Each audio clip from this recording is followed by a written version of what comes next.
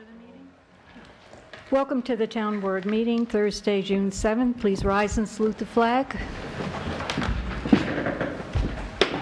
Pledge allegiance to the flag of the United States of America and to the republic for which it stands, one nation, under God, indivisible, with liberty and justice for all.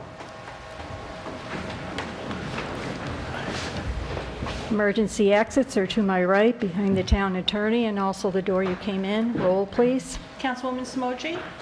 Here. Very good, Michelle. Councilman Morris? Yes, here. Councilman Gutierrez? Present.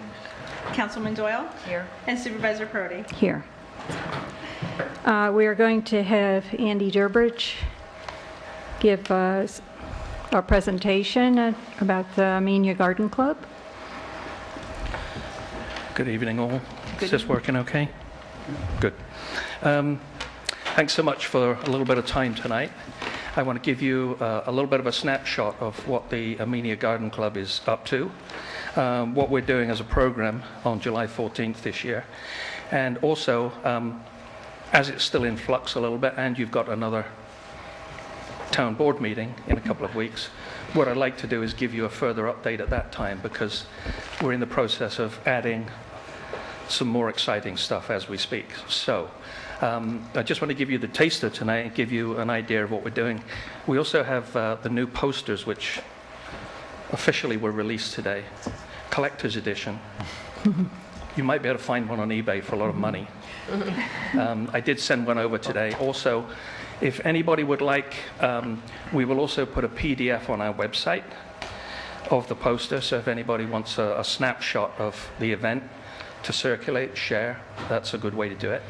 Our website is also currently being updated.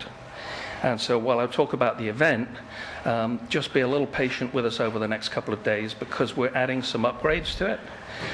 What we intend to do is, first of all, we are going to put a pay option on the website, and we will have a pay option in advance, and there will be a credit card option on the day also. So those are some things that will fall into place over the next few days. We just have to wait for our providers to put the buttons in place.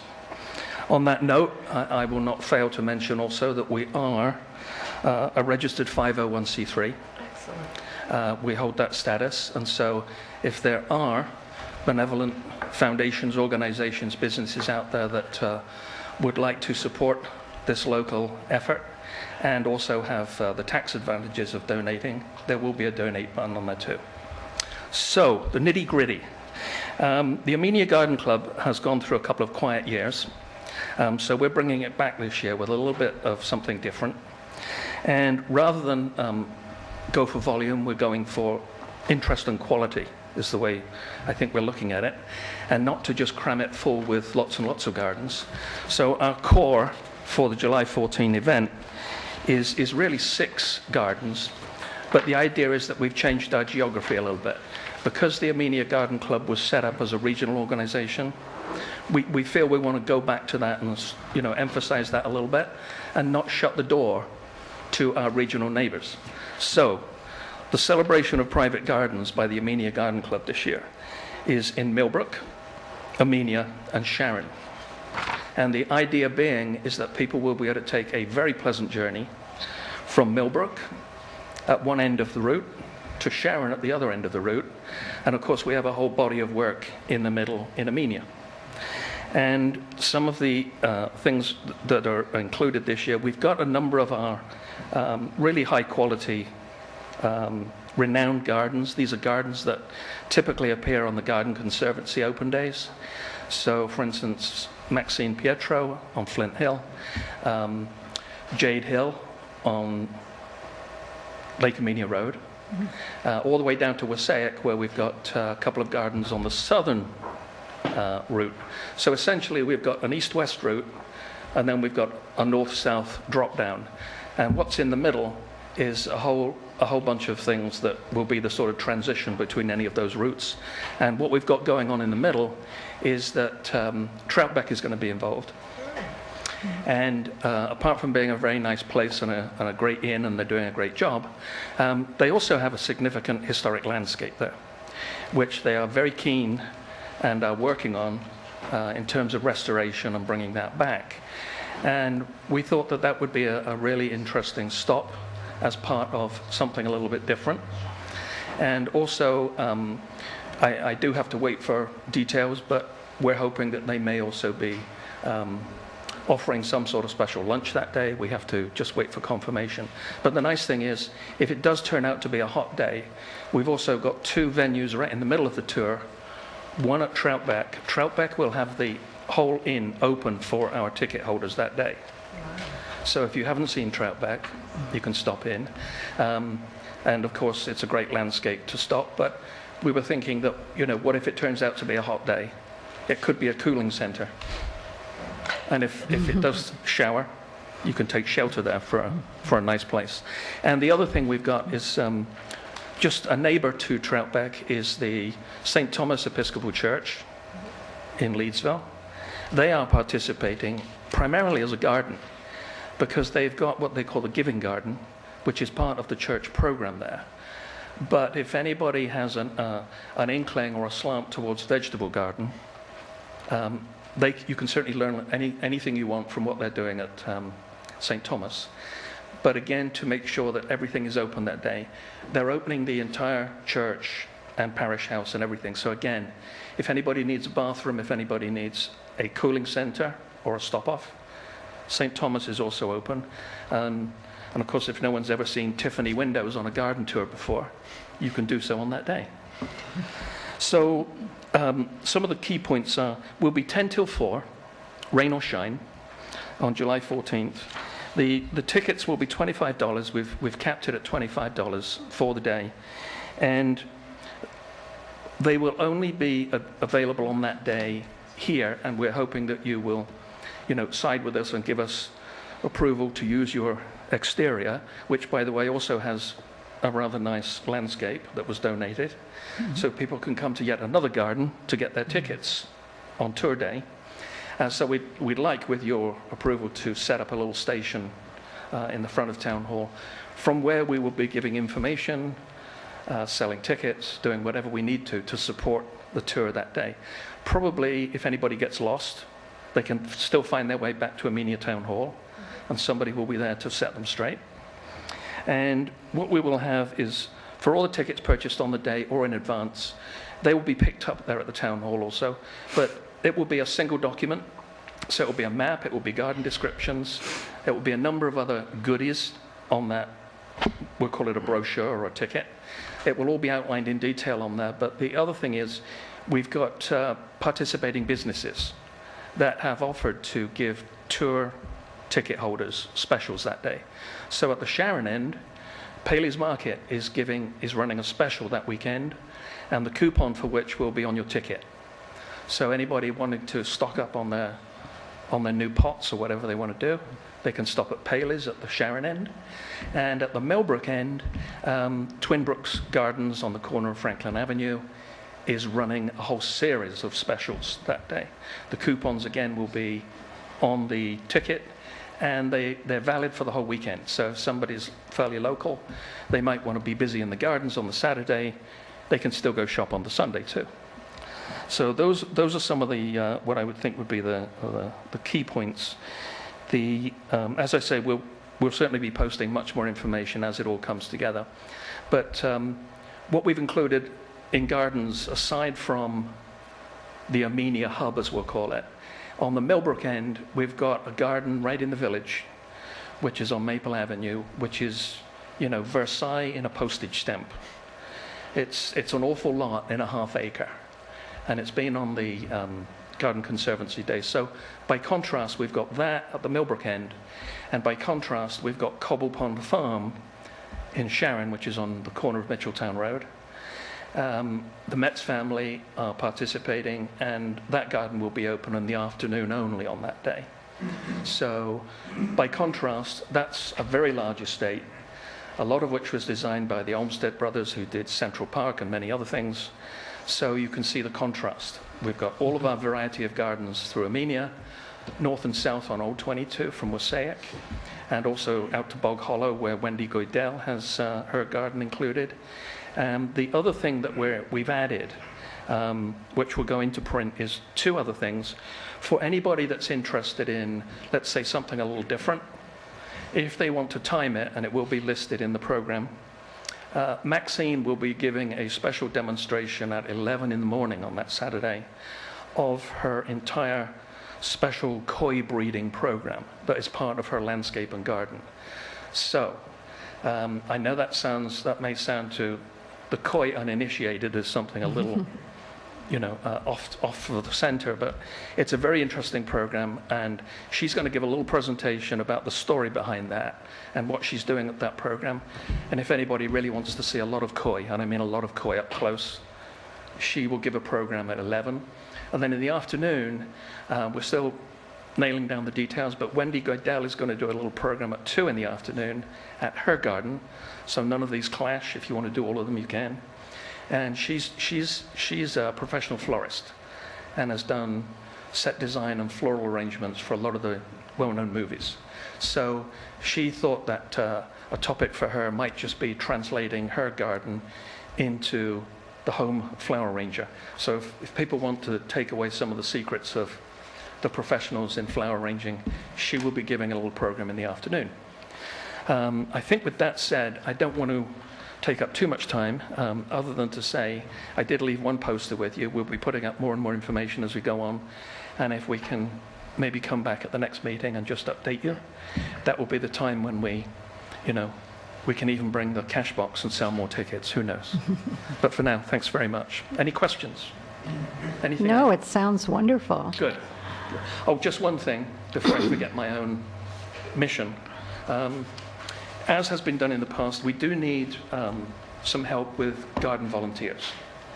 These are what we will call garden greeters. So we need, you don't necessarily have to be a master gardener. It's more about having, those greeting skills, and then we'll give you some guidelines, but we'd like to pair up people so that we have half-day sessions for each of our gardens, where the garden greeters will work with a partner and greet the garden ticket holders, etc. One of the other benefits of that is if anybody does want to sign up in the interim, please just reach out to me, and you can do that via the website at the Amenia Gardens info page, and that will be sure to reach us. Or if you run into me somewhere, tell me you want to be a garden volunteer. We can sign you up, talk to you about which garden you might want to be stationed at for how long. And then the benefit of that, of course, is the garden greeters will have a ticket in advance. So the time they are not greeting at their designated garden, they might like to go off and visit some of these spots too. So that's their bonus for their civic engagement. Thank you so much. Thank you. Yeah, I'd like to make a slight change to the agenda tonight and have under other matters our proposed zoning on changes to our noise law proposal. Charles Gottlieb is here, so it would seem like more timed for him to talk us through this. Good evening. My name is Charles Gottlieb from the law firm of Whiteman, Osterman, and Hanna in Albany. Since the last time I was before the board, we were asked to take a look at the zoning code, and with the new proposed noise ordinance in mind, suggest to the board how else we might bolster the zoning code for enforcement tactics against what we refer to as unreasonably loud noises in the town. We did that review, and we have a few suggestions that you might consider. And if you agree with these suggestions, we recommend that you enact the noise law along with these zoning code changes so that you have a strong, comprehensive, and enforceable code against unreasonably loud noises. Just to sum up a few of the suggestions, And then I can take questions on procedure or substance or whatever the board might like. One is in zoning code section 121-40C, you have references to environmental performance standards. With the proposed noise law that we drafted, we recommend cleaning up this section of the code, deleting what's in there now and simply saying there must be conformance with the new noise law. This will clear up any inconsistencies between the noise law and the zoning code. It will also give you more flexibility with enforcement that is underneath the noise law. This is one change that we would strongly recommend for consistency throughout the code. Another zoning amendment you might consider is we took a look at the definition of timber harvesting under the code, realizing that that is an activity that might produce unreasonably loud noises. So if there is the processing of logs, or there's clear cutting of a commercial nature, that would be timber harvesting under the code. You might want to place some extra buffers in between this timber harvesting use and a residential property line. A typical buffer that we see is 500 feet. In addition to that, or in lieu of, you might add some hours of operation for timber harvesting, or specifically for the cutting and processing of the timber harvested materials. This can be done in two ways. One, an amendment to the zoning code itself under the special regulations for timber harvesting, or by simply adding a footnote on your use table stating that there is this new buffer or there are these hours of operation. In addition to the amendments, we'd also like to highlight the strengths that are in your zoning code that your building official might use to enforce these unreasonably loud noises. Let's take two examples. One example is the processing of logs on a residential property. Now this might rise to the level of timber harvesting, which is a commercial activity. In that case, you have two uses on one lot. You would need approval from the town to do that timber harvesting. Such approval in the form of a site plan, let's say, you could condition that use. The planning board could condition the use, talk about the impacts, assess the impacts, and so forth. If it's not timber harvesting and it's just simply a resident cutting logs for his own residential purposes, that is a permissible, supposedly, accessory use to the residential structure. In that case, you can enforce in two ways if it goes on for too long or it's too loud. You could use the noise law that we proposed, or you could also regulate it through the environmental performance standards that we suggest changing in the code. The other issue that came up with the timber harvesting and cutting the logs was sight distance. Because one of the complaints we came in, they couldn't see out of their driveway because of where the logs were placed. Mm-hmm. So I think that should also be part of it too. Sure, and that can be addressed in the same manner. That can be addressed by adding language into the supplemental regulation for timber harvesting, saying that you have to have a sight distance of X, number of feet, whatever the town is comfortable with. However, if it is simply uses that are accessory to a residential use and not for a commercial purpose, it gets a little bit more tricky. And you could add language into the code that would allow the building official to regulate the sight distance so that the traffic concerns are addressed. The other example that we utilize is shooting on residential properties. Once again, unless this rises to the level of a membership club or a recreation area, the way to regulate this can be in two ways. One is through the environmental performance standards and the new noise law. It could be an unreasonable noise based on the building official's determination. Or if the shooting rises to the level that is no longer accessory to a residential structure, it's no longer a resident simply fixing his scope or maybe doing some hunting on his land, but it's for longer durations. People are coming over to the property for target practice. Excavating is involved. Structures are being built. The building inspector could make a determination that that is a shooting range, which is not a permitted use or an outlined use in the code, and it could be regulated in that manner. With that being said, I know we have submitted to you a noise law, or an introduction resolution, secret forms, and so forth. If you wanted to make these changes to the zoning code at the same time, we could draft those same documents for the zoning code amendment, and you could introduce these two laws at the same time, go through the secret process at the same time, have a public hearing.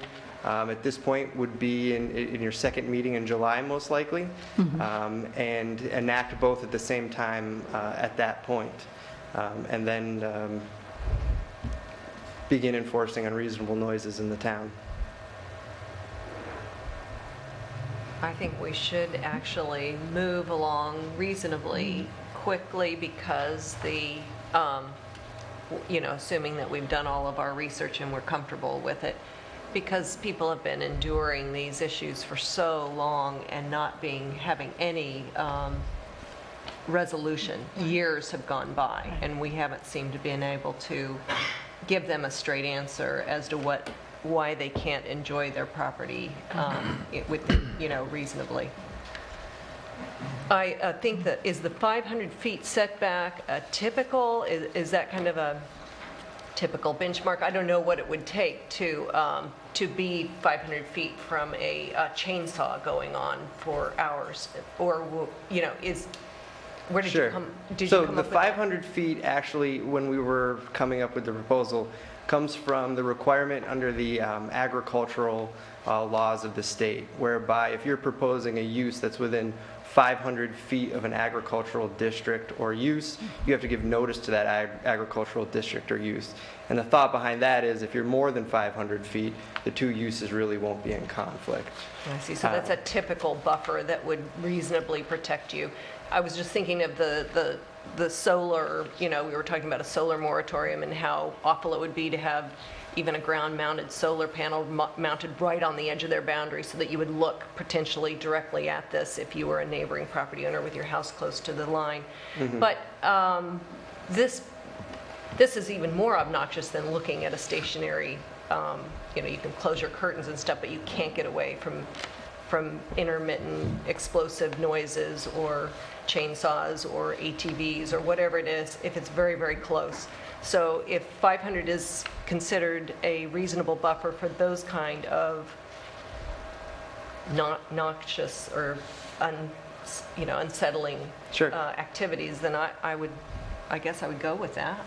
I think the setback, the reality is that a lot of these uses in tight, dense neighborhoods aren't exactly appropriate if you don't have a property that's big enough to do this without harming your neighbor's enjoyment of their property, then it shouldn't happen. So if you don't have a property big enough to store logs safely away from their driveway so you can see in and out of the neighbor's driveway, then it shouldn't be allowed. Those things need to be regulated so that we can say with definitive assurance that that property just doesn't do well for that kind of activity.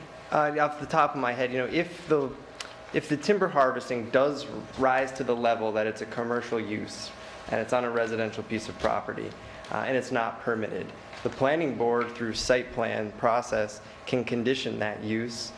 We can add hours of operation into the code. We can add the buffer.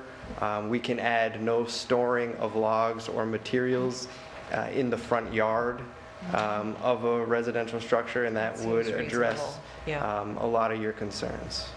The problem is that a lot of this, the person that I'm concerned about is that it is a residential use. It is used for their own use, and they will do several years worth, it seems like. And so there will just be a year of just unrelenting, feel like a commercial operation, and then she'll have 2 years where it dies back. Sure. And then this will happen again, and they will stockpile, a huge amount. So, and the way to regulate that instance is not through this timber harvesting, because it might not be a commercial Right. purpose. I don't think it But the noise law was drafted in a manner to give the town flexibility in their enforcement.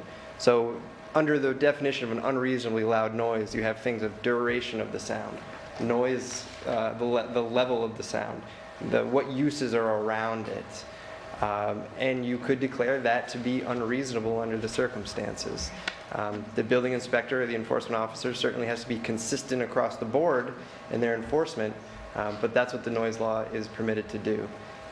Also in the noise law, there is a variance procedure where if the residential property owner feels as though he should get a variance for his accessory use of log cutting, he can become before your board seeking a variance, and you can condition that approval and say, you're allowed to do this log cutting during these times and so forth.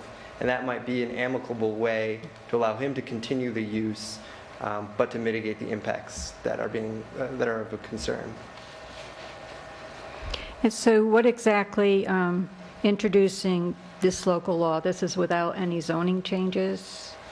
The introduction that we provided for the board for this evening was just for the noise law, which is outside of the zoning code.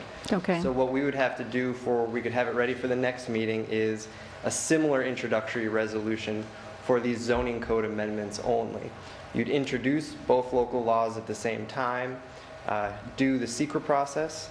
The change to the zoning code does have to be referred to the county, so we could take care of that and set the public hearing date at the next meeting. And then you notice the public hearing. Once the public hearing is held, as long as there are no changes to the law, the board can move forward. Sounds good to me. So do you want to wait to the next meeting and have both?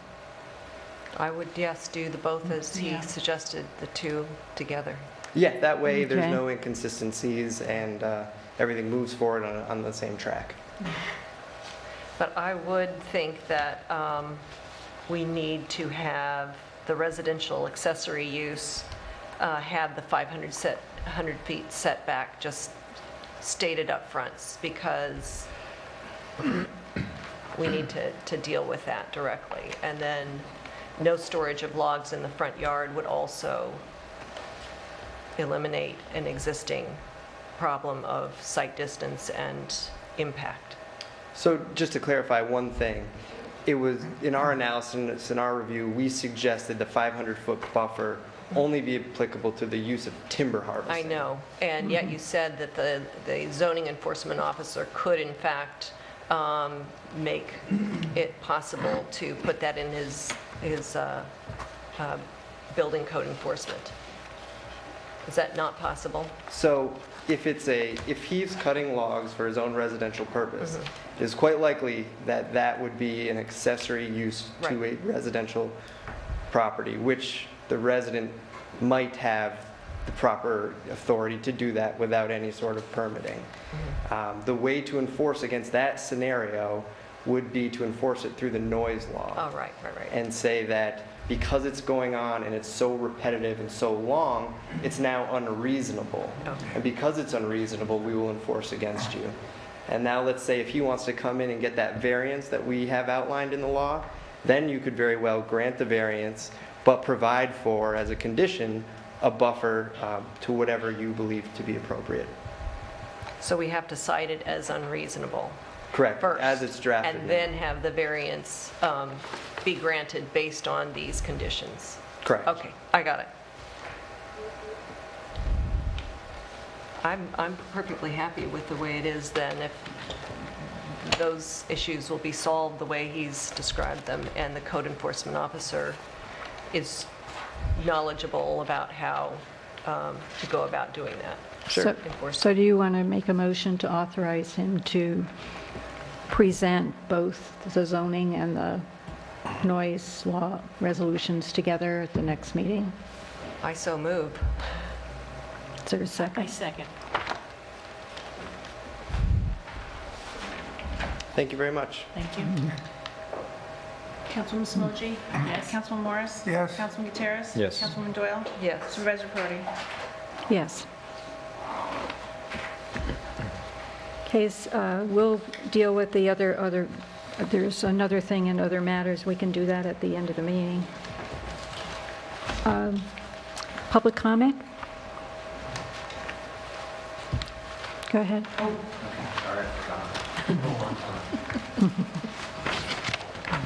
As one of the people who's been complaining for several years, I'm glad that the board is addressing this.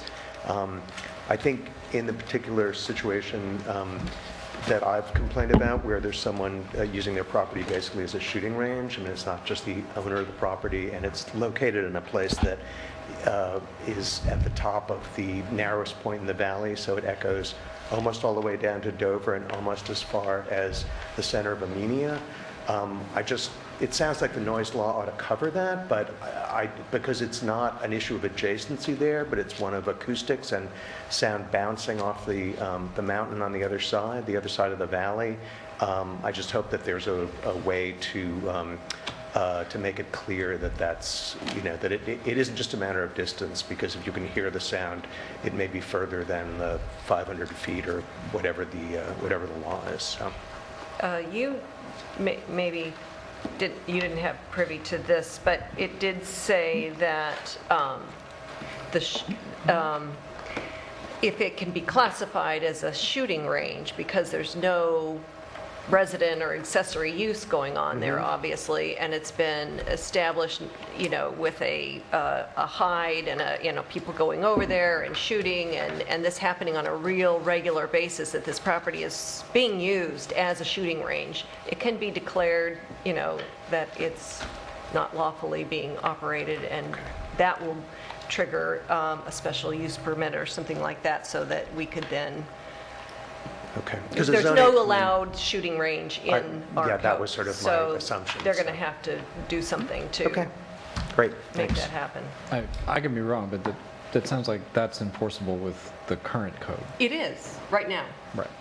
because we don't have a shooting range, but he has to declare it a shooting range, which means going onto the property and inspecting it and saying, oh, he's got this structure, he's got, things set up, he's doing it on a regular basis, people are coming there, all of that needs to be. But he can't go on the property is the problem.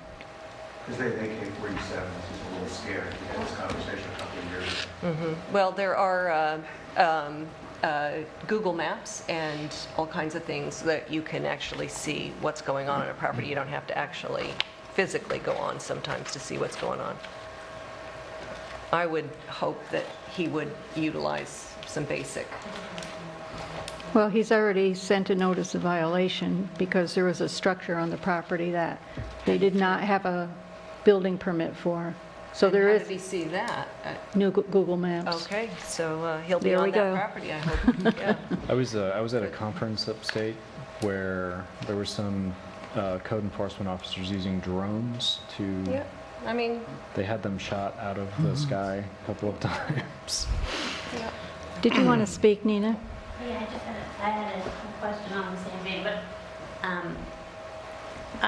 what is I guess there would be public hearings on Yes. the proposed local laws, anyway, but I was just curious to know, in the language, what is the method by which noise would be measured in order to determine whether or not it would be unreasonable? We're going to strike the decibel reference, which Okay. is hard to enforce. So it's and sort of a so subjective- It's a unreasonable noise, so there were performance standards that would help the code enforcement officer decide whether it's reasonable or unreasonable. I could be wrong, but that's my interpretation from what I Yes. understand. Okay. Okay. that's Read good. it. Thank you.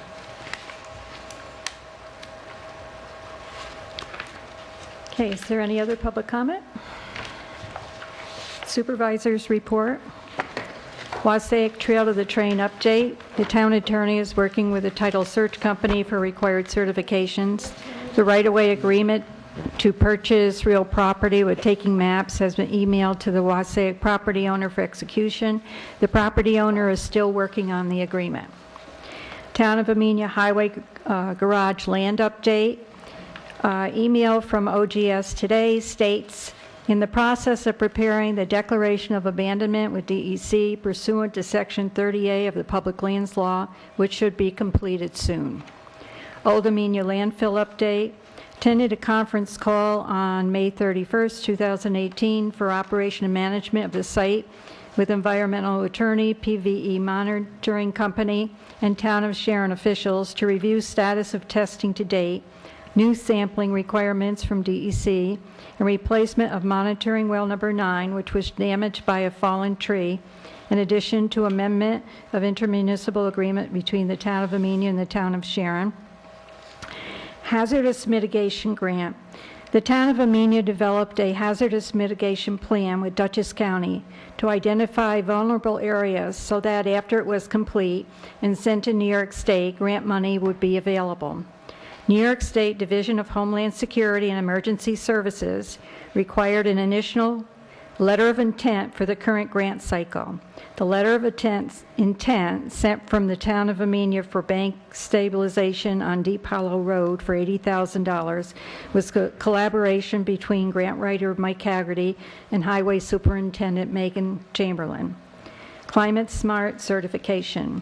Met with HVA members on May 25, 2018 regarding the first steps to take for certification through Climate Smart grant opportunities. In addition, the Town of Dover is hosting a Climate Smart Communities meeting on June 12th in order to explore options where towns can work together to meet certification goals. Town Clerk report. Good evening. The monthly share for the month of May was remitted to the supervisor in the amount of $618.67. The minutes of May 17th were circulated prior to the meeting. I did send out an email regarding the comments, and those changes have then since then been implemented. Has everybody had the opportunity to review these minutes? Yes. Yes. Yes.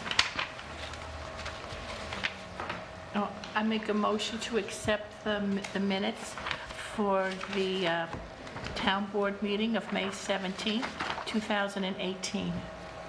Second. Councilwoman Smoji? Yes. Councilman Morris? Yes. Councilman Gutierrez? Yes. Councilwoman Doyle? Yes. And Supervisor Prody? Yes. Also, And did we ever, excuse me, did we ever approve the April 19 minutes? I don't believe we had enough votes on that one. It's here. Let's No, go back. no, it wasn't me. It was, Missing. Someone was missing. Vicky. April 19. Yes, Damien, yes, Councilman Morris and I were absent, so since we have everybody here. everybody here, I thought you might like to April 19th? get those Okay. approved. yeah, we voted on it. I tried to. You tried to. And I didn't work. Well, you can try again. Try again. Okay, Right now. I move that we approve the April 19th, 2018 minutes as submitted. Okay, 19 minutes. 19. Second. Damien. Okay, Councilwoman Smoji. Yes. Councilman Morris. Abstain? Councilman Gutierrez. Yes. Councilwoman Doyle. Yes. And Supervisor Prody. Abstain.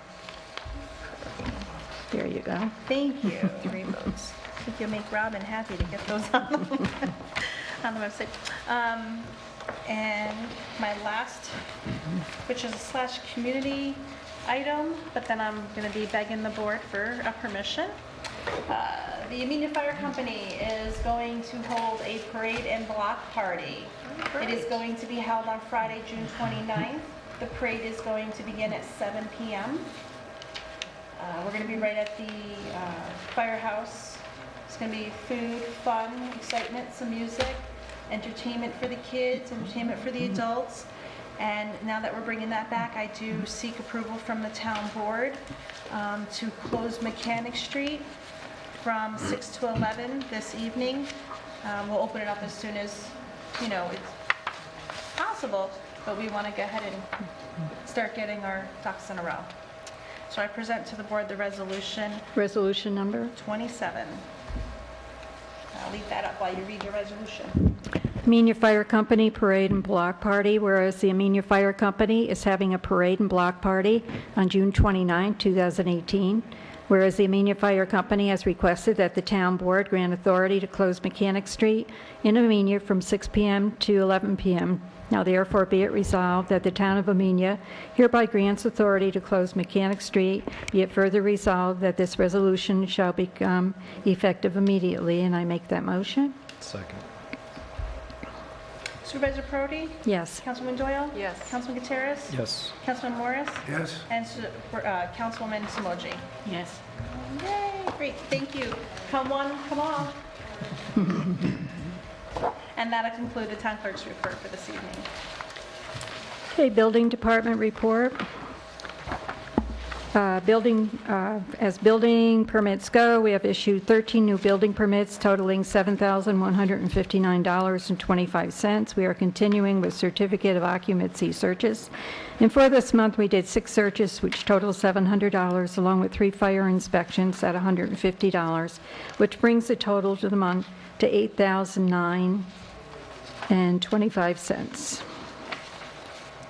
Water District report. Marco?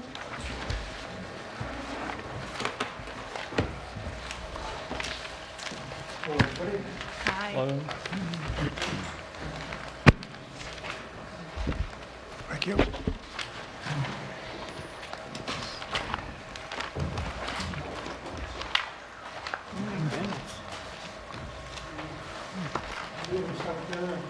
No? No, there's 2. Do you have another one?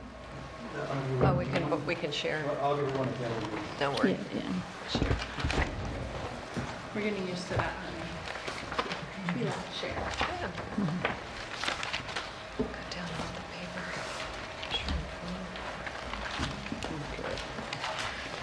Sure. So in your hands, you have the pressure and flow report for the surveys and inspections that we've done out through the town. As you know, the system, the town is definitely aged.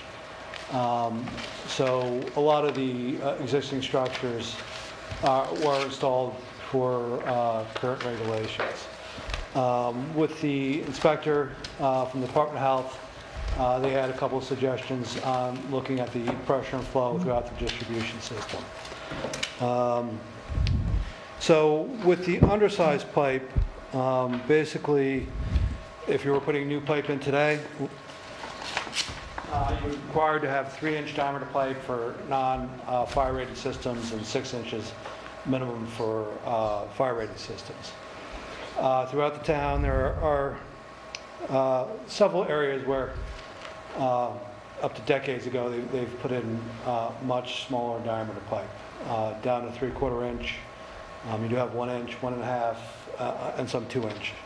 A mass majority of the piping in the town is 4 or 6 inches. But there are 3, 4, 5, 6, 7 areas where we do have undersized piping. For those areas, what we did do is basically look at the map that we've already generated for the water distribution system. We took every parcel that intersected these water lines, went on to the Dutchess County tax ID, put those into addresses. We had printouts from the billing, and then figured out what flows and who was responsible for each one of those lines. So we had length of pipe, diameter pipe, and flow rates. What we did was take the highest single quarterly reading, figured out what the daily maximum flow was, or the average flow, but we took the greatest one over a 1-year period. When you do the hydraulic analysis, you don't take just the average, you use a multiplier for what they call the peak hour flow. So your peak hour flow is the 1-hour period during the day where most of the people would be using water. So we were a little conservative using the 7, which is at the high end of that. We did calculations for each of those 7 areas. And area A, which is closest to the water treatment plant, comes down near 22. And if you want to go to the map in the back a little bit, you'll see in the center bottom part of the map, a goldish A right there. That represents the green. So all the pipe diameters inside on the map that are green are ones that are under 3 inches. So A, there are multiple houses at considerable distances using a 3/4 inch line. So that, under peak conditions, would create high levels of head loss through friction. The other area was letter G. So if you go directly up north of A, there is a 1-inch line in there that had slightly elevated head loss. Basically using about 5 psi as the threshold for excessive head loss. Areas B, C, D, E, F, the 2 runs on G, the 2-inch and the 1-inch actually didn't have significant head loss under peak flow conditions based on the pipe diameter and billing records for those sites. The other thing we were looking at besides undersized pipes was area within the system where you're not likely achieving the pressures you would like to. So up by the water tower, due to the tank height elevation and the system being a gravity flow system as opposed to a pressure flow system, you're limited to the height of the tank to generate that pressure for it to flow to the houses. So on the map, you'll see an additional green line in the lower right. Basically, what we did was looked at the pressure that we had at the tank, and then based on USGS topographical maps, we were trying to get a cutoff somewhere near where we expected to see those pressures. From there, we got a list, once again, going through all the parcel numbers, figuring out who the owners are, going to each residence, knocking on doors, leaving flyers. We were able to inspect about 20 of those sites. So those sites we were looking at, one, if they did have a booster pump, which wouldn't be acceptable on the new design standards. Also, if they did have a pump, was there a bypass, was there backflow protection, and just the condition of the pump and the pressures at the site. So we were able to get about 20 sites where we took pressure readings where we could. Some piping wasn't set up to obtain those pressure readings, and we weren't too critical about getting those pressure readings at houses with the booster pumps because it creates an artificial elevated head because the pump there is actually creating the pressure that you may be reading. But we did go through and look at where the pressures were, and the first intersection past Lincoln Court, the 4 intersection there, is generally where we believe the 35 psi pressure is achieved with the head in the tank and, of course, gravity down to those elevations. So with that would greatly decrease what you would have to influence. With a pressure deficiency system, you have a couple of things you can do. Raise the elevation of the tank, which would require a new tank, although we could try to contact the previous vendor or see if you can get an additional ring installed. I think that's going to be a little complex, and based on the edge of the tank, I don't know if we'll be able to get that information. If we had a relatively new tank and want to increase the height, and the vendors are still around, they're pretty standardized, so you can order another ring and put another ring up and increase your tank height 4 or 5 feet. So the option one would be... Meaning something on top of? So your tanks I comes know what a ring in is. certain segments. So Yeah. it could be 4 or 5 feet, lips that go around, and then you have a 5 foot on top of that. So the wall is in sections. Oh. So it's wrapping around.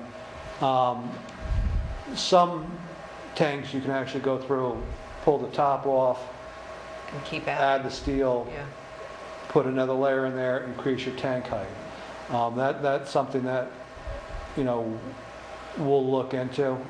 I think would be a huge cost savings, but I don't have a whole lot of optimism on just due to the age of the tank. But we'll take a look, try to get the information, look at the records, try to see if we can look as a tank modification as an option as opposed to a completely new tank. A new tank would be nice, they're just not cheap. So that would be one option. And the other option would be a pressurized system. And the pressurized system, we looked at two options. Either go through pressurize the main lines that are existing, and then put pressure reduction in line. So past the pressure reduction valve, it decreases the pressure, so you wouldn't have too high of pressures. During the last meeting, we discussed that, that would have to be done because down below in the valley, you're going to have high pressures. You're probably going to be up to the 80, 90 psi. And then if all of a sudden you start adding, another 10 psi, I think that's when we'll start, discovering more leaks. If we can look at pressurizing a smaller length of pipe and not extend that out, that would be greatly beneficial of not stirring the pot with the rest of the system. So with that, like I mentioned, we could have the pressure reduction lines and valve. The other thing would be a separate loop up above. Basically putting a pump coming off the tank, having that going to a separate length of pipe, whether it be 3, 6 inch diameter pipe. That's if the tank modification isn't achievable, having a smaller loop up on top of the hill would be my proposal to you, just because the existing lines up there are 1970, 1980s. It would give you a little more flexibility when that starts to go to bypass. And of course, you're going to get a long-term use out of that. If we do go through using the existing pipe, increase the pressure, we do have the possibility of discovering leaks that weren't there. So there could be relatively small leaks in the system that you're not aware about, but as you increase the pressure inside of the pipe, the more obvious those leaks would become. So those are the three options that we're looking at right now. So we had the small diameter pipe, we have the issues with the elevation and tank height up above, and the other thing that we were considering was expansion of the existing system. So with the system, everything runs downtown and then wraps around to the western part of the town.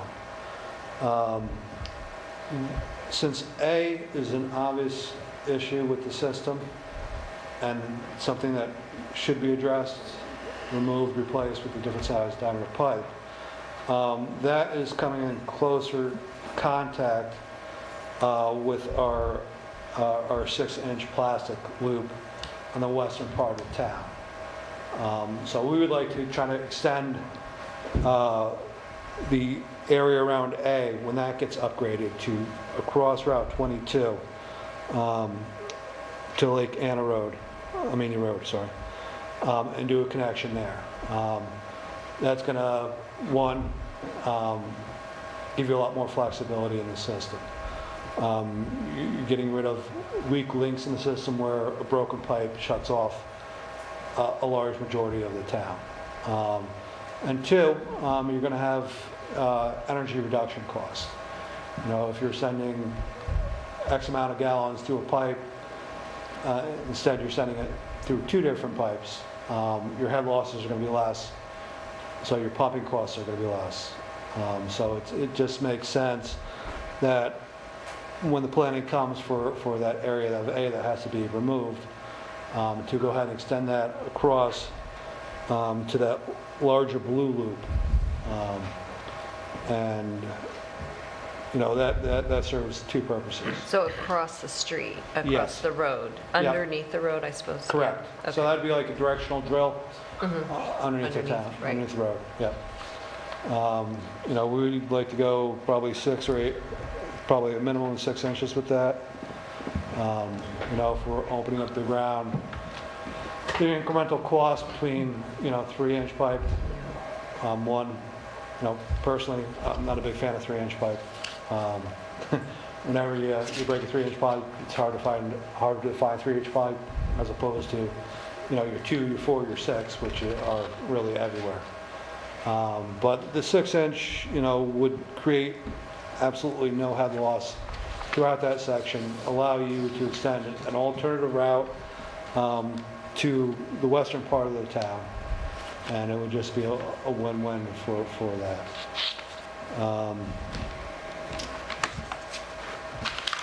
So we did look at some engineering or rough cost estimates for that. So the undersized pipe, and this is really section G only. Section G is about 460 feet of pipe, and we were looking probably in the range of $55,000 to $85,000 for that replacement. Engineering costs are $5,000 to $8,000.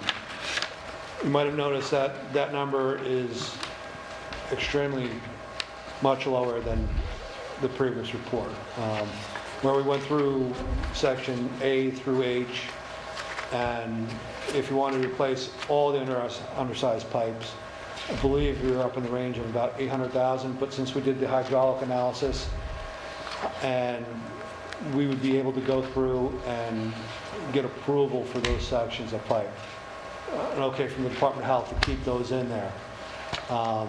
Really, that reduced your cost by about $750,000. So you can wait much longer to replace those pipes and replace them as needed. But I don't see a reason to replace the pipes now. One, if they're doing the job. But like I mentioned, you had section A, which is an issue, and section G. And it's only one of the 3 pipes in section G. The lower pressure system, water tower with pressure reduction, probably in the range of 900 to 1.25 million. A pumping system with pressure reductions would be about 300 to 400,000, and a pumping system with higher elevation piping would be about 240 to 520,000 dollars.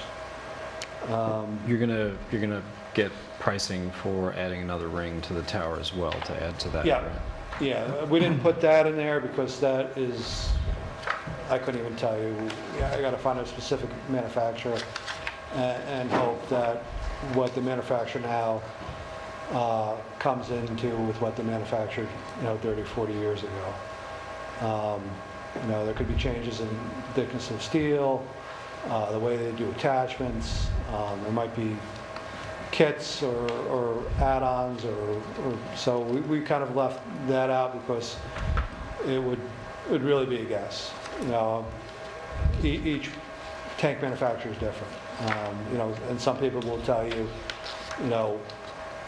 we won't warranty or guarantee, or it's going to create an issue if the company's still around. So that's something we need to look at. But if it is cost effective and isn't going to create any issues, one thing, if we go with the water tank, is probably have to look at the groundwater pumping wells and make sure we don't create too much of an issue with those. I don't expect much because I don't think we would change the tank height elevation more than 10 feet, which is about a little more than 4 psi, so it shouldn't affect the groundwater recovery pumps to any great degree. Well, since it's the first time we're seeing this, Yep. we're going to need to take some time to go through it, Oh, completely. and we won't be making any decisions right away. Yep. Yep. But, and then we had the distribution system improvements, which would be the extension from A over to across Route 22. We are going to have to take a look at this. That's quite a bit of stuff here, but one question I do have is that even though this is a rough estimate Yep. on the cost, if you look at the undersized piping, Yep. there's a range for 460 feet of piping from $55,000 to $85,000. That's a $30,000 difference. Yep. And what would account for that? Size of pipe or? They have kind of generic values for linear feet of pipe. So going through one rock, two utilities, complexity. Going under Route 22, directional drilling, of course, is going to be much more expensive. Where, actually go to the site, look at it, get an idea of what actually has to be done out there. Looking at utilities, do we have to go under sidewalks? Is there asphalting? Asphalting would be a huge cost difference. If you're doing a trench in an open field and you're throwing, seed down at the end of the day, that's a lot more than doing a highway paving. So it depends on what you have to rip up to get at the pipe. Is that what Yes, you're talking about? Okay. correct. All And right. also type of pipe, type of material, type of pipe. Yeah, to a lesser extent. Okay. So. All right. Thank you. Any questions? Thank you very much. Probably will have some after we go through all of this. Well, perfect. Any questions? Just write them down and we'll respond. Thank you. Okay, thank you. Thank you. Okay, are there any other committee reports? No? Greystone Programs, IRA.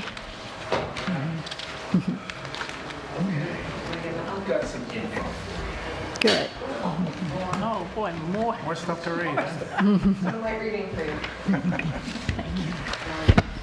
So good evening, everyone. My name's Richard Swanson, Assistant Executive Director of Operations. That's Tracy Lynn Vaticano. She's the Assistant Executive Director of Programs. So if it's okay with you all, what I was going to do is just give you a quick history of Greystone, because you may or may not know about us, and then some of my colleagues can talk more about the project itself. So Greystone began in 1979 when our founder, Mark Kelly, actually took 7 individuals from the Wassaic Developmental Center to a community home in Hyde Park, and it was, to this day, it's known as the first community-based home for men diagnosed with autism in New York State back in 1979. There were other community-based homes, but not specifically for that diagnosis. So next year we celebrate our 40th year, and at this point we have 14 homes throughout 3 counties. We have 3 day habilitation programs where our individuals go out during the day and volunteer at nursing homes and SPCA and, all kinds of community-involved events. And with our community support services, we serve about 500 individuals, both children through adults, a year.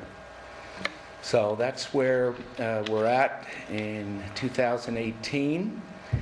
And I guess I'll let Steve get up and talk a little bit about the project at 9 Folan Road. Good evening, and thanks for making time for us tonight. My name is Stephen Diener. I'm the Director of Program Development for Greystone Programs. If you're not in the field or you don't have a son or daughter who has a developmental disability, you probably don't realize that for about the past 10 years, there's been a significant limitation on the amount of development, residential development for people. And that's particularly the case for people who are in need of 24/7 care.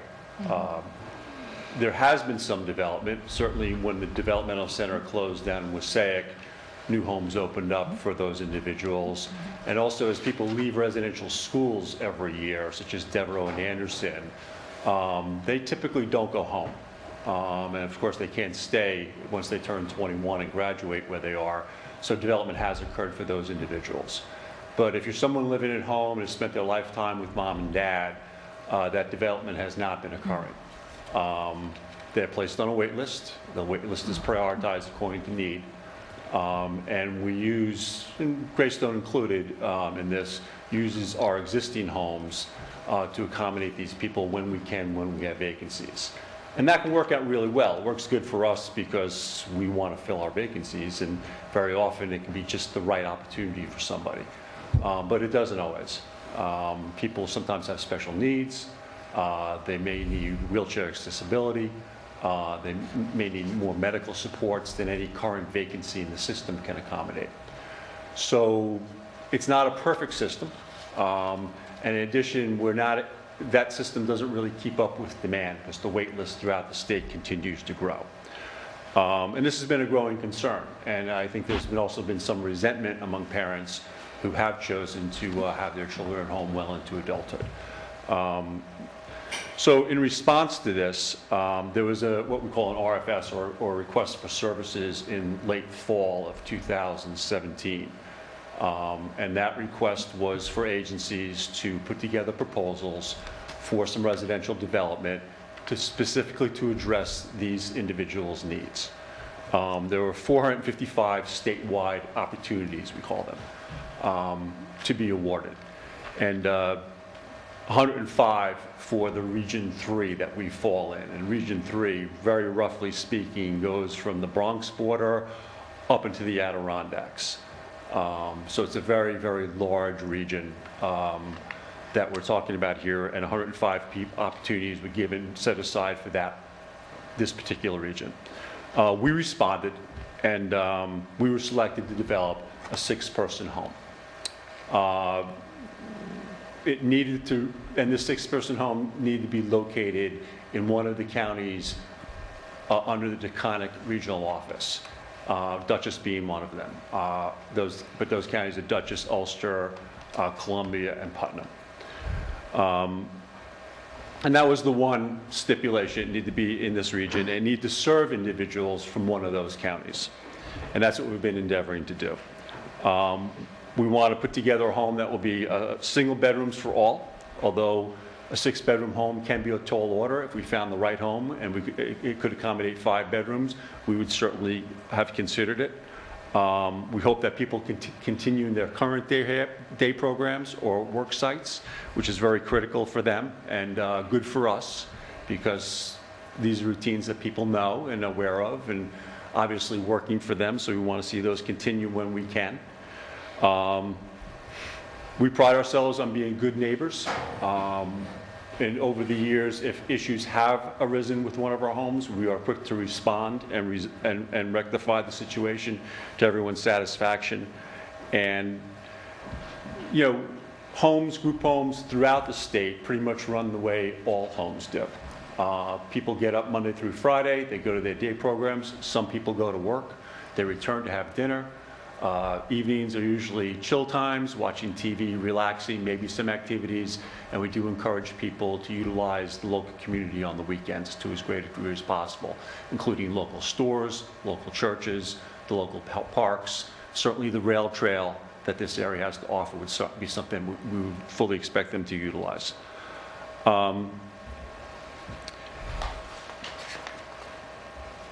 The House will employ a good number of individuals to provide services and support the people in this home. Will be staffed 24 hours a day, 7 days a week.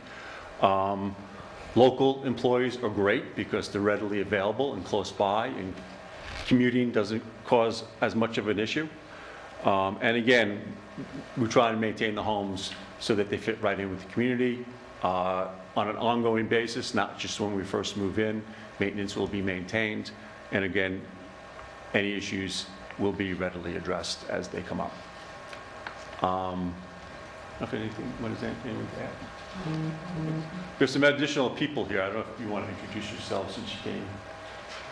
Why don't you? CEO of Greystone Brokers. What's the name? Con?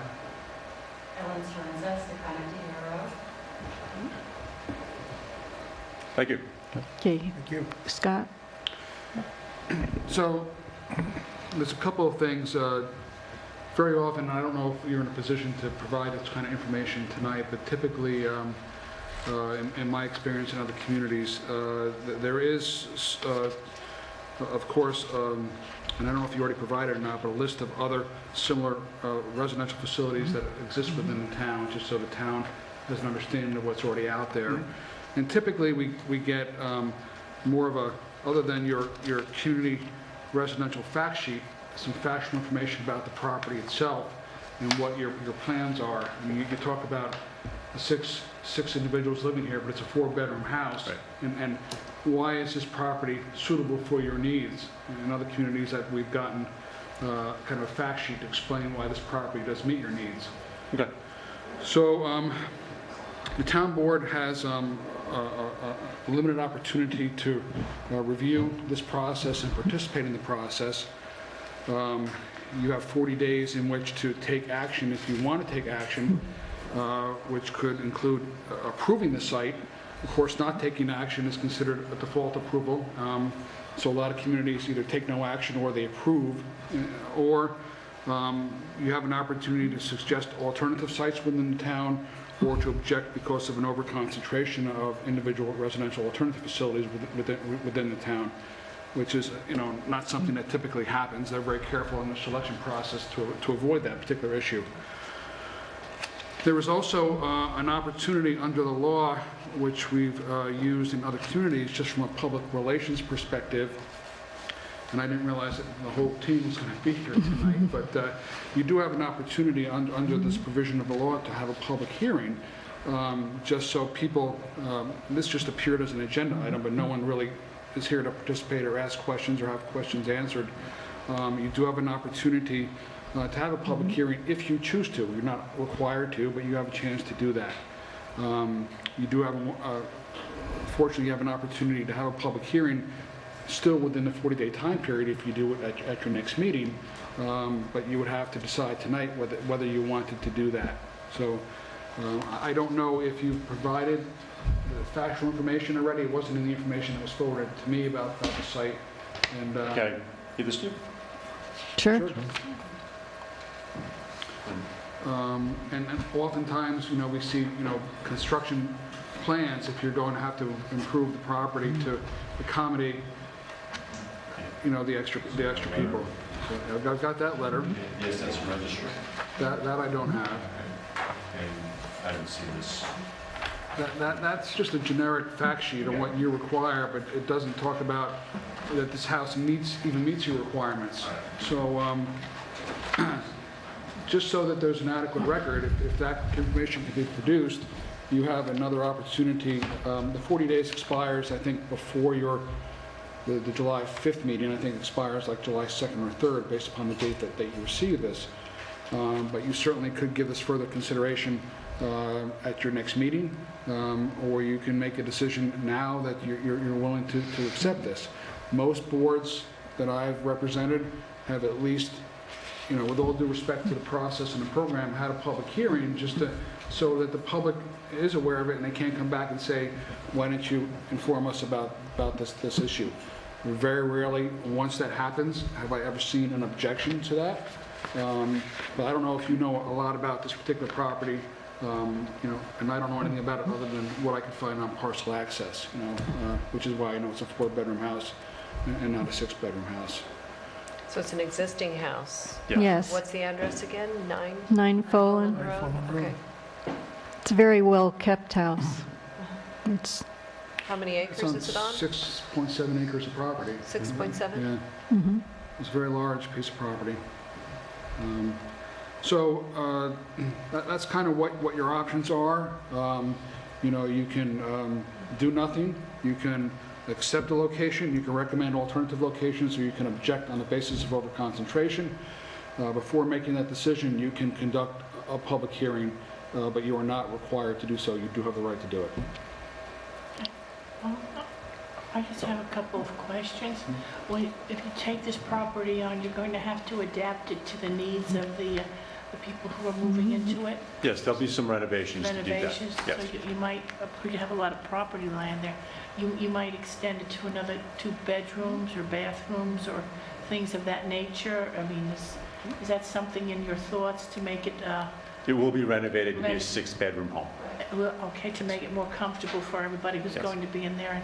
And of course, I know all handicapped accessible and all of that good stuff is going to be in there. As needed, yeah. No one is, since the bedrooms are on the 2nd floor, no one who utilizes a wheelchair Oh, I would be see. able to live there. Okay, so everybody will be ambulatory, so they can go up and down the stairs without any problem and things like that. Very large master bedroom. So the master bedroom. Could you speak at the microphone? We're being televised. Sorry, there's a very large master bedroom, so it allows us to create a space for 2 So you'll specific be people. able to absolutely. renovate the home to accommodate the 6 individuals who are coming. Correct. And have it fit into the surrounding community, the building itself. Yeah. It'll be a house, it'll be a home. We're not looking to touch, no. It's very important for us as an organization. Our going up? philosophy is, that what you- we're not expanding the house in any way. Right. I mean, if anything, we're looking at a deck off the side. Oh, okay. You know, but it's very important for us to, like your name, pleasant to the eye. I mean, that is, we blend in. You shouldn't know that we're a group home. Right, It should be any place that any of you would want to live. So that is our philosophy. It's Right. the last home that we developed. It was, And there'll be like, I don't mean, I'm not being picky, really. no, it's fine, absolutely. Ample parking, so like when you have your staff come in or guests come in, they'll be able to park on the property comfortably. Yes. So that neighbors don't think there's a Absolutely. whole selection of, We don't want to look like we're having a block party with everybody in the front yard. No, that's not acceptable. I'm kind of like being devil's advocate. I You really should, am. absolutely. But, yeah, I think it would be lovely to have a home there. That's nice. So your renovations are going to be within the existing 4 walls? Correct. Widen the drive. So just exterior, there's a stream as you face the house on Folan Road. We're going to put a post and rail fence there. And then the current homeowner has a white PVC fence that has pieces of it missing. We're going to repair that so it looks nice. We're going to blacktop the driveway. It's currently gravel. So, and, you know, just make it enough for 3 cars parking and then parking along the driveway and still have enough for staff to turn around and leave. Fix the front stoop, basically. There's 3 steps up. There's no plans for one of those long ramps. This house does not need that. Doesn't need that, And then, as Tracy Lynn said, a nice deck, well-designed, doesn't stand out, but it also serves as a fire escape on the 2nd floor. We like to have those for safety purposes. And that's on the outside, that's all you'll notice. Oh, and a pathway from the driveway around to the nice back deck there.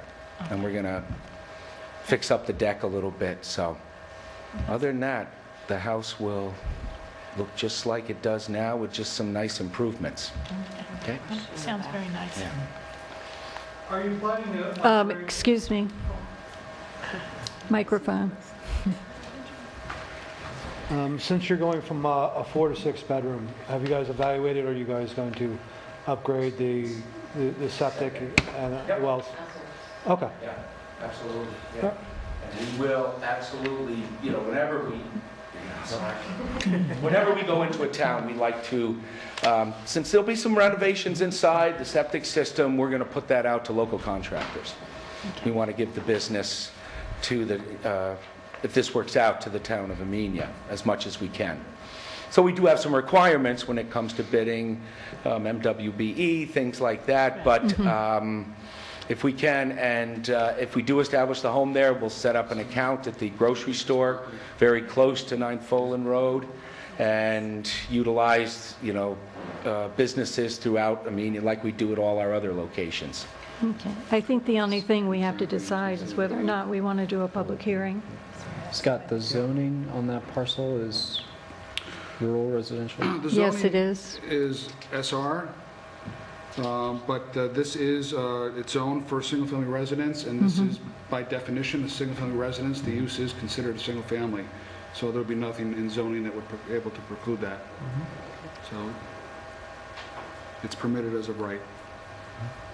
I think you're right. The only thing we really have to determine is when we want a hearing, a public hearing. Yeah, I think, do we want to do that, or? Well, we have the time, so I, Well, we probably should, because there might be people who have a lot of questions about the house, where it is, and who's living there, and a variety of things people have questions about. So the next meeting is 2 weeks from tonight. Without, I mean, is anyone, I don't think you need to bring everyone out, but is anyone available to come to a public hearing? You could do that? I just think it's beneficial. So if you're interested in that, I do have a resolution. I did prepare just to set the public hearing, and then I'll work with Dawn to get that notice out, so that, I thought this was going to be on one double-sided, but That's okay.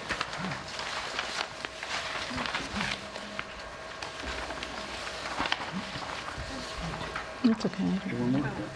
We can share. We can share. Okay, resolution number? 28. I've got another one here. Setting a public hearing regarding proposed Greystone Programs Incorporated individual residential alternative at 9 Folan Road. Whereas the town of Amenia received a notice on May 23, 2018 from Greystone Programs, which is a letter of intent to develop a home as an individual residential alternative at 9 Folan Road, parcel grid number 1344000636403037089 for 6 individuals with developmental disabilities. Whereas the town board of the town of Amenia has 40 days pursuant to section 41.34 of the New York State Mental Hygiene Law to approve the site recommended by the sponsoring agency, suggest one or more suitable sites within its jurisdiction which could accommodate such a facility, or object to the establishment of the above-mentioned facility or kind described by the sponsoring agency, because to do so would result in such a concentration of community residential facilities for the disabled in the municipality or in the area in proximity to the site selected, that the nature and character of the area within the municipality would be substantially altered.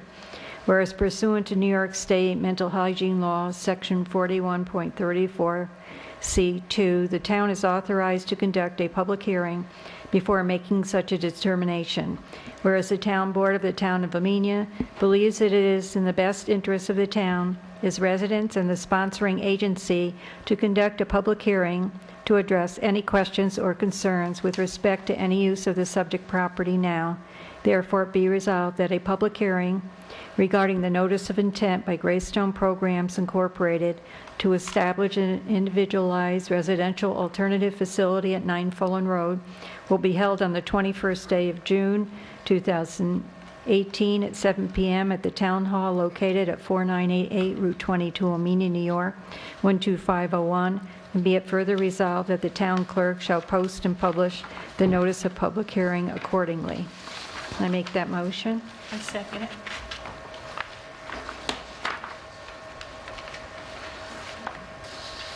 Councilwoman Samorgi?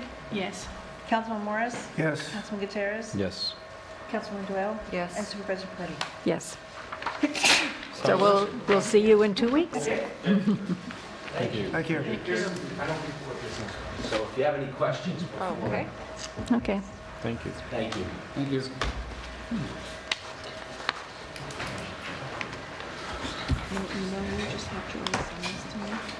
Yes, yep, okay, yep. Yeah, yeah, leave the Joy with Sandy, she's out tomorrow, but that, All right, can I just email you? yeah, I'll do it now. okay. Okay, Tally Ho, New York LLC, tax cert disposition.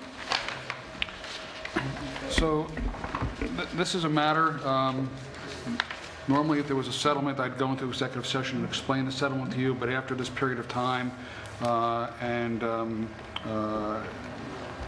following several requests for the production of information and documentation, the petitioner has decided to discontinue the pending proceeding with no reduction, which will obviously result in no refund. But in order to discontinue, I still need authorization from the town board. In order to do so, just like with the one a few months ago with April 21st Holdings, which they discontinued with no reduction. It's unclear whether or not they filed or not for this year to protect themselves, but if they did, they've agreed to withdraw that as well. So this is simply a resolution authorizing the discontinuance of the current tax surcharge proceeding with no reductions. And as Councilwoman Simoji and I have discussed, because she has an interest in the property, even though there's no refund here, I've advised her to abstain from voting on this, which she has agreed to do. Yes. So resolution number 29. Yes. Resolution authorizing the settlement of the tax certiorari, and one of those words like aluminum. Certiorari. Proceeding regarding Tally Ho, New York LLC, whereas there is now pending in the Dutchess County Supreme Court a tax certiorari proceeding commenced in 2017 by Tally Ho, New York LLC regarding a parcel of real property located at 155 Scott Drive, grid number 706300533941, seeking a reduction in the 2017 tax assessment for the 2017-2018 tax roll. Whereas the petitioner has agreed to withdraw the petition requesting reduction for said tax roll. Whereas the assessor and special counsel have recommended a discontinuance of this tax review proceeding now, therefore be it resolved that the town board of the town of Amenia hereby approves a discontinuance of the proceeding on behalf of the town of Amenia of the tax review proceedings for the year 2017 as it pertains to grid number 706300533941. For year 2017-2018, original total assessment $6,894,000, reduction in assessment $0. Final assessment is the same. And be it further resolved that the town supervisor, town assessor, and Scott L. Volkman, Esquire, special counsel to the town of Amenia, are hereby authorized to take all action necessary and appropriate to effectuate the terms of this resolution. And I need a motion. Second. I need someone to make the motion. Oh, I'll make that motion. Okay, second. I'll second. Okay. Councilwoman Simoji? I abstain. Councilman Morris? Yes. Councilman Terrace? Yes. Councilwoman Doyle? Yes. And Supervisor Prodi? Yes. Thank you.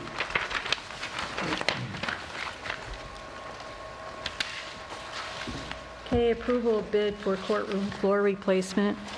The courtroom floor has been prepared for, to have the flooring put down. We have 3 bids: Mid-Hudson Floor and Wall Incorporated, $7,400. Riley's Furniture and Flooring Incorporated, $8,314.65. And American Flooring for $6,747.21.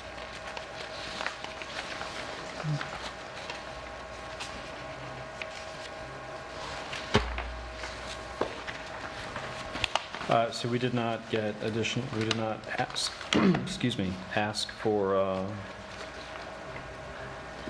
estimates including tearing up the existing floor and The replacing floor it? is gone. The floor is gone. The rest of the, we had the existing floor torn up. I had to have a mason come in and fill in the concrete holes. And then we needed a vapor barrier, so what he did was like a dry lock material, because you have to seal the concrete to keep the moisture from coming up, and he put plywood down. So those floors are ready to go. Amazing. We didn't discover any other nasty drain surprises or anything? No, that's been capped and sealed. Excellent. It will never happen again, trust me. So it's the exact same Yes, it's... treatment on, for all 3 quotes? Yes, it's Armstrong Lux plank flooring. It has a warranty of 10 years. It's waterproof and is good for high traffic areas.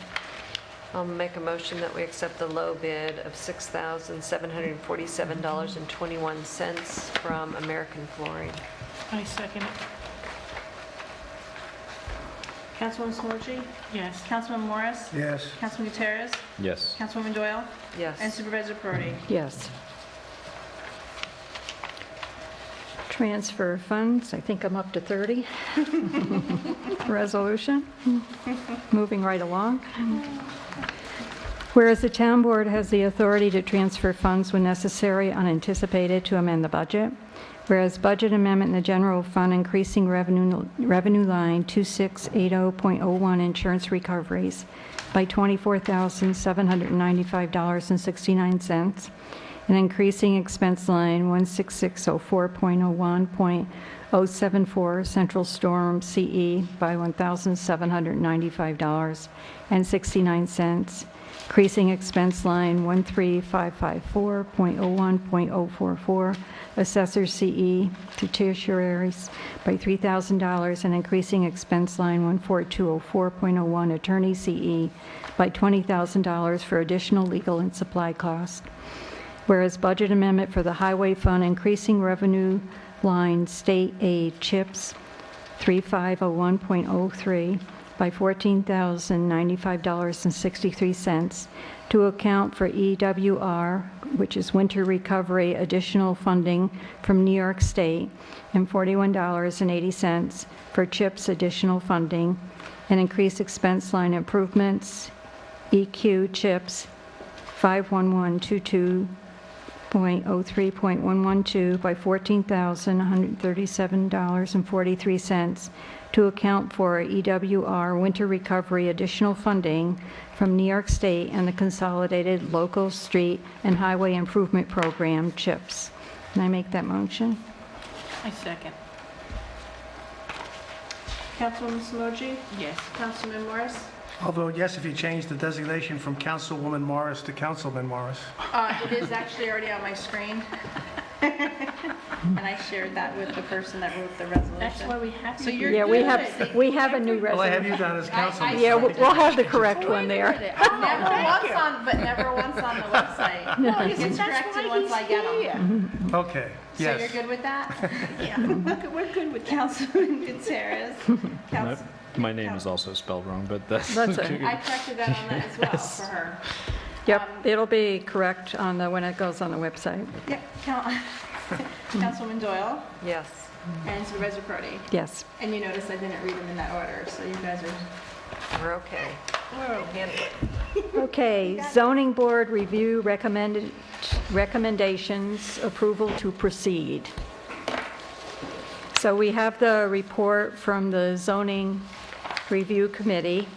Next steps were to implement these proposed zoning modifications. The committee has recommended where these uses would be allowed, amendments to 121-10 use table. Next steps to follow through with the revisions in coordination with the town attorney include: 1, establish dimensional regulations for each use. 2, establish code performance standards, review procedures for each use. 3, write process for registration, issuing permits, fees, renewals, and revocation of permits for short-stay residentials, and create application forms.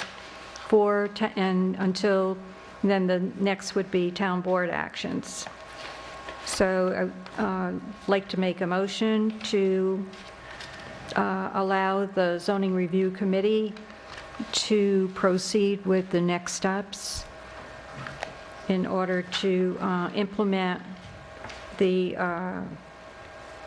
regulation changes that they came to, that they recommend. Second. Yeah. Councilwoman Smoji? Yes. Councilman Morris? Yes. Councilman Gutierrez? yes. Councilwoman Doyle? Yes. Supervisor Perotti? Yes. Now, proposed water law next steps. I sent the, I had my, Did they have anything they wanted to say? did you, Nina or Leo, did you want to say anything, or are you good? I think we just had a quick question. Okay, you can, So we're happy to draft the dimensional regulations and that sort of thing, but how should we work with Scott, or should we draft it and then present it to Scott, or how do you prefer? And my assumption was that would be some back and forth with us Okay. somehow. so but- they'll present it and then send it to Scott? Yeah, I mean, if you want to work on initially a draft or an outline, I think we're going to have to work together on it. And then we can produce drafts for the board to consider. One of the things we were going to talk about, I thought we were going to talk about doing tonight, was proceeding with a potential moratorium on some of your proposals here on wind and solar energy during the pendency of these amendments we have to work on. So, why don't we arrange a meeting or a conference call, and we can try to work out a plan in order to do that? Okay. Okay? Thank you.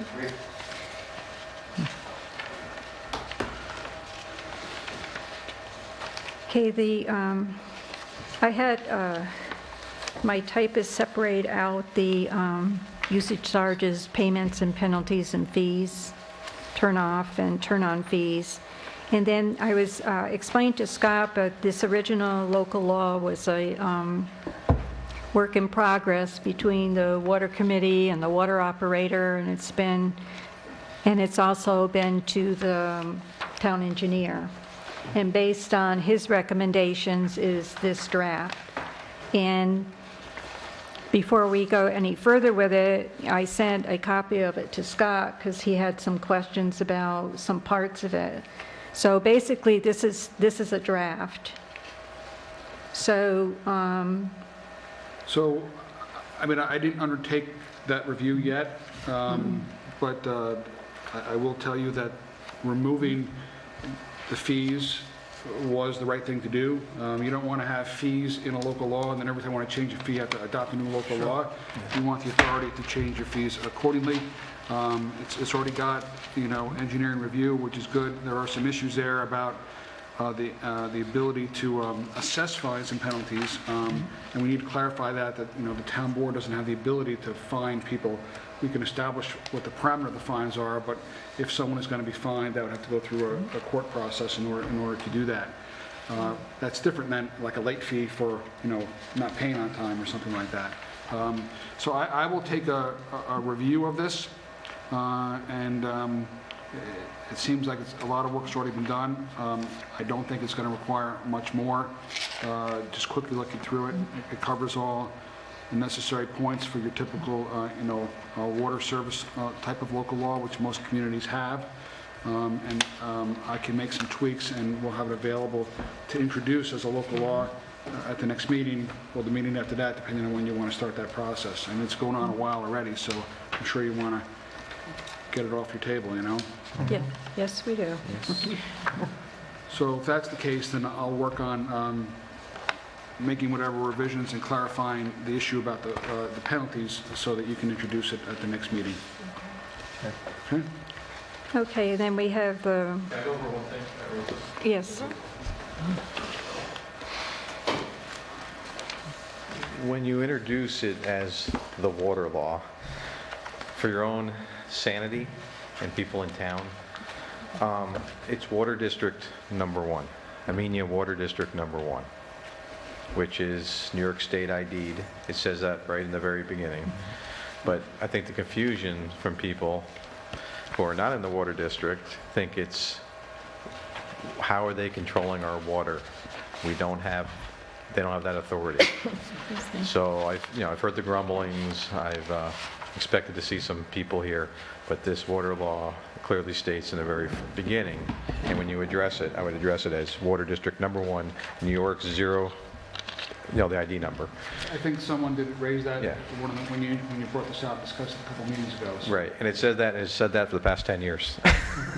So I just want to make sure that when we address it for generic reasons, probably for your minutes even, just make sure, and when we post it for town agendas, the water law for New York, for Amenia Water District number 1, and then put the ID number in, because there is no other water district here. Silent Ridge will have their own We are strictly a separate water district. Okay, thank you. Typically, the regulations are general, and towns that have multiple water districts then make them applicable to each district as those districts need it or proceed or are formed. For now, it'll be generic but specific to this one particular district. And then, if you ever need to expand it, the amendment would just be to add a new district to the regulations. Okay. All right. And I see Dawn pointed out that that water district number is already, it's listed in there, but we'll, in the history portion of this, but we'll clarify that as far as its applicability. All right?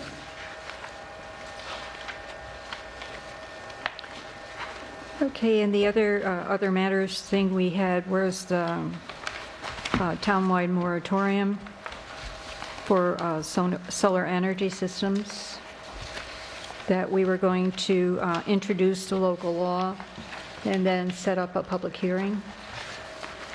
Well, we had a couple of next steps discussed after our last meeting. And the first was, Scott, you were going to check with Mike to see if there are any pending applications for... There aren't. I checked. Okay. There are none? No. Okay.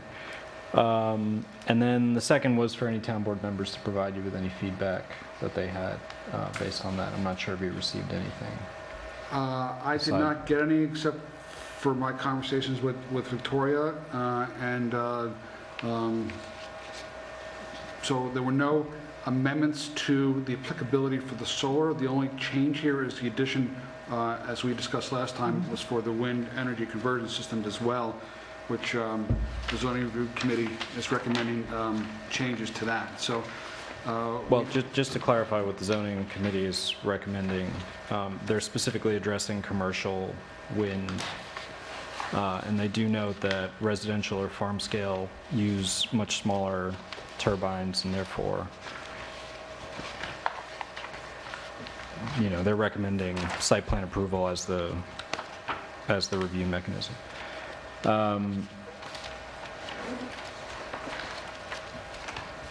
So I'll just note, because I'm not going to waste a lot of time here, I still don't support this for the same reasons I've said a number of times. It's our job to try and prevent something bad from happening, not to put a moratorium on something that may just possibly be offensive. I fail to see what harm, what grievance we're trying to prevent by introducing this moratorium. And I think my personal opinion is that, as a homeowner, as a resident of this town, I feel that their current right to install solar on their residential property should be maintained until we go through the correct process and amend the existing law. So the purpose of the moratorium is because there are absolutely no regulations for commercial. Right. So again, I will refer anybody who's watching to go back and look at the meeting on March 1st when we made a motion to ask you to draft a moratorium with regard to commercial activity. The draft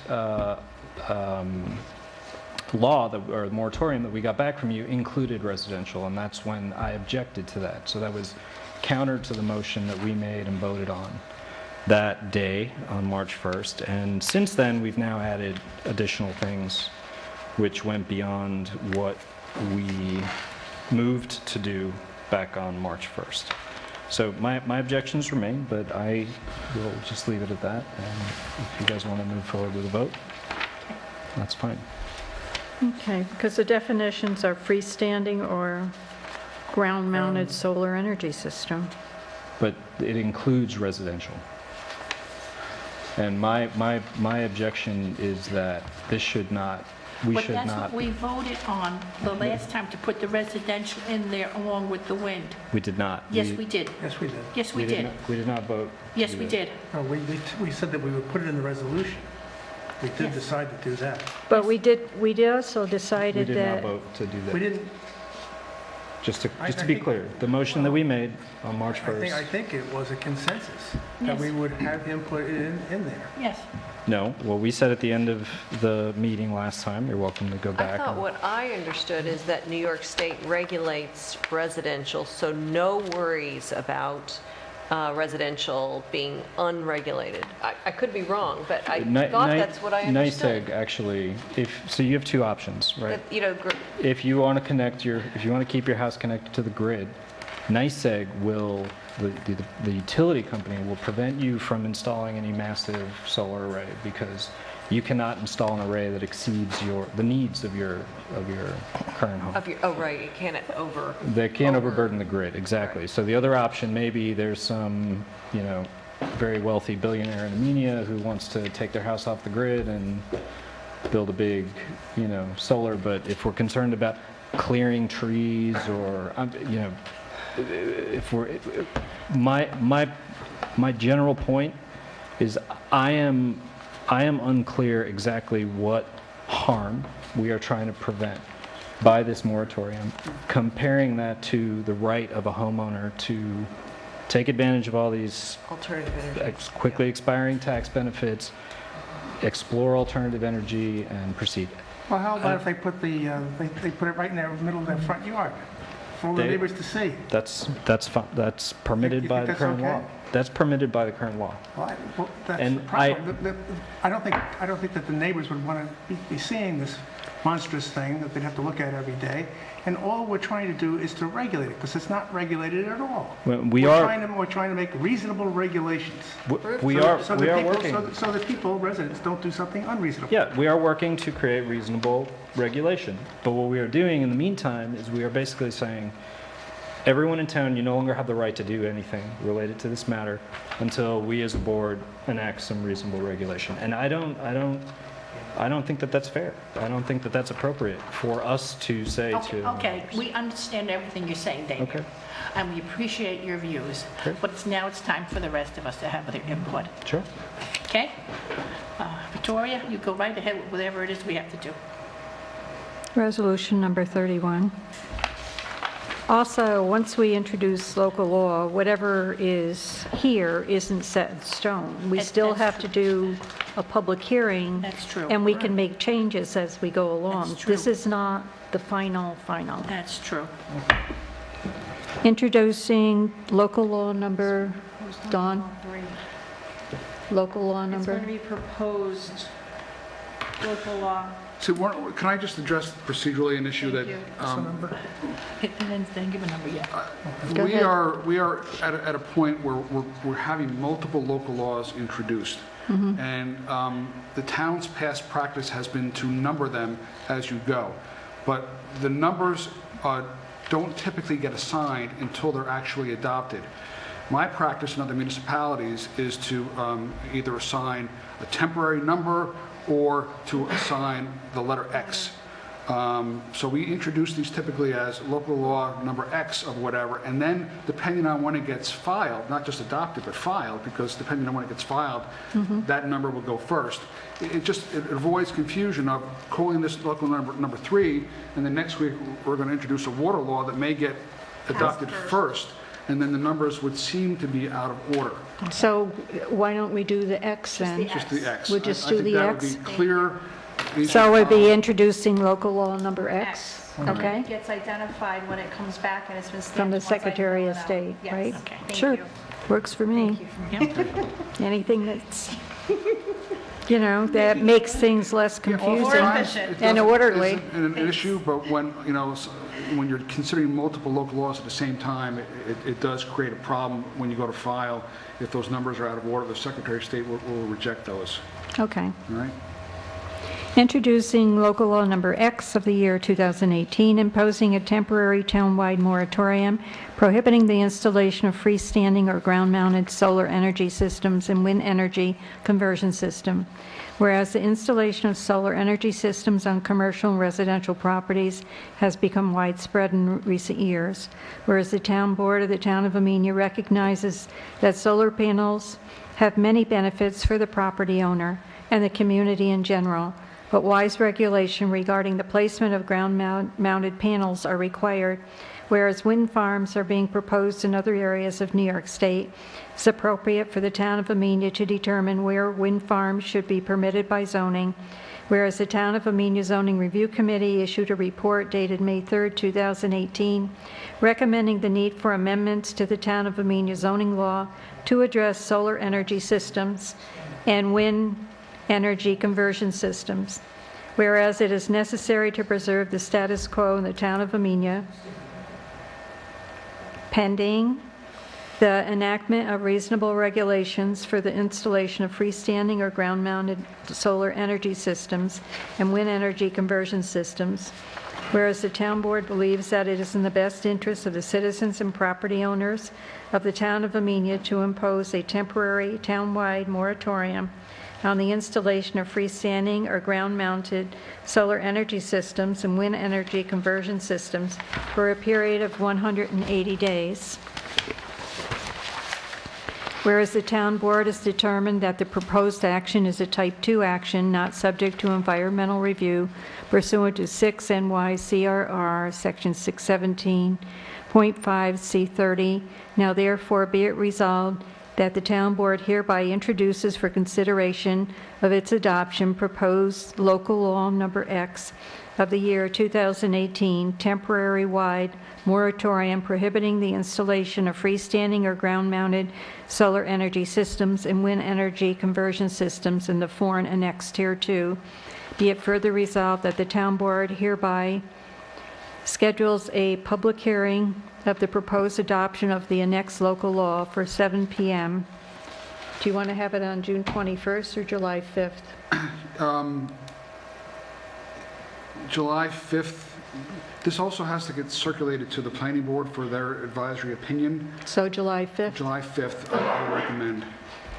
Okay. I mean, it's a tough week, so you can always keep it open and adjourn it to the next meeting in July if there's people that can't make it or you want to have additional comment. But I think 2 weeks is too soon. Okay. All right.